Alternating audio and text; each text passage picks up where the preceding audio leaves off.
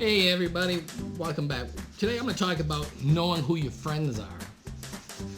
And basically, a lot of people go overseas and a lot of people are worried about locals. Now, some countries, the police are very corrupt and the people know the police are corrupt, and some of them may have a relative that's a police officer. So they decide they're going to take advantage of foreigners. So one thing you need to learn is you need to learn who your friends are. First of all, it doesn't matter. They could be foreigners or they could be locals. The local people will rip you off. This is only in the tourist areas mostly, not in the farmland and everything. The farmland, they're happy to make $3-4 a day, so if they rip you off, it might be only like 25 cents.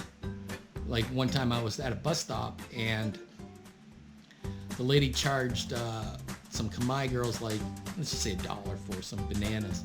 And I went up there and she charged me $1.25 for the bananas, only a $25 difference. And I told her in Khmer no. I pointed at the girl and said, the girl, $1, me, $1. And I told her in Tagalog, Khmer. And she looked at me like, oops. And I noticed there was a Khmer lady standing on the other side, big smile on her face. And I walked off. She come up, she goes, that was really good what you did. I was like, oh, thank you. She goes, I didn't know you spoke Khmer. I said, oh, I've been here a while. I learned a little bit of it. Then we were talking. She goes, you don't know me, do you?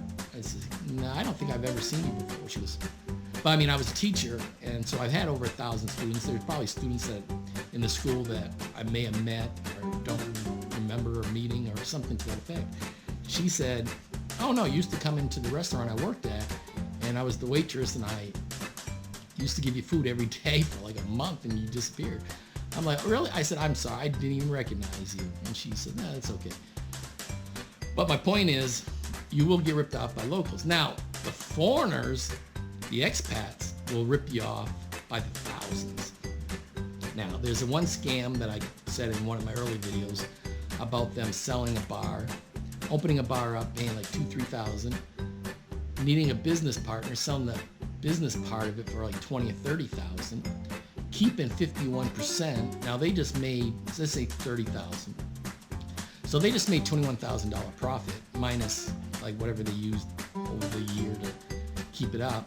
Now what they do is they tell the partner, you need to pay half the expenses and the rent, and the rent winds up, they jack the rent up in order for the partner to pay 100% of the expenses.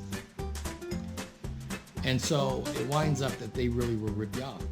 And then they'll sell the other half of the bar, 49%, to another partner, so both of them have 49%, and then the original owner keeps 2% of the bar. And he sells the other 49% for like $20-30. So let's just say he made $40,000 off of a $3,000 investment. And then he's jacking the rent up. The rent might only be $200, but he's charging them $600-800. So he comes out and says, I have to pay $6 for the rent, but you guys have to pay the rest of it. So it winds up that he pays the $200 and he pockets $600 or $700 a month. And the bar doesn't make any money. They want to quit. So he says, I'll give you $10,000 back each, and you guys do wash your hands with it. So he gives them $20,000 back.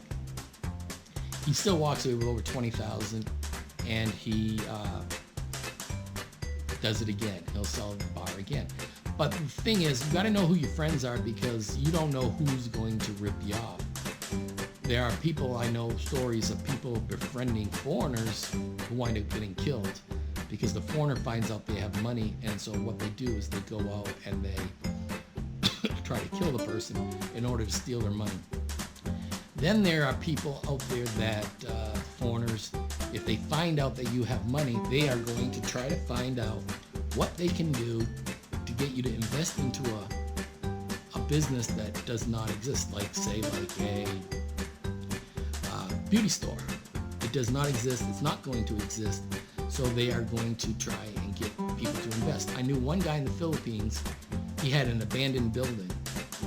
Seriously, it needed walls on the side. It needed the inside to be really done. And he had an office in there, and he tried to sell space in this building as a promise that in the future it was going to be built and it was going to be a business complex.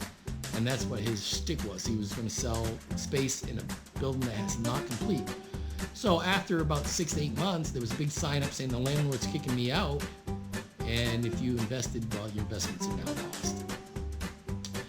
And I remember meeting a guy in Cambodia that was from Maine, and we were talking, and he told me, he goes, oh, I have $50,000 to my disposal. And I said, first of all, don't tell anybody in town how much money you have. There will be people that will be very close to you, very friendly to you, and their only motive is to steal that money from you. So the best thing you can do is not, I repeat, not tell anybody you have money. If you do, they will try to rip you off. He goes, I said, you're lucky because I don't care how much money you have. I'm not going to ask you for money. I'm not going to mooch off of you, but do not tell anybody how much money you have because you will get ripped off.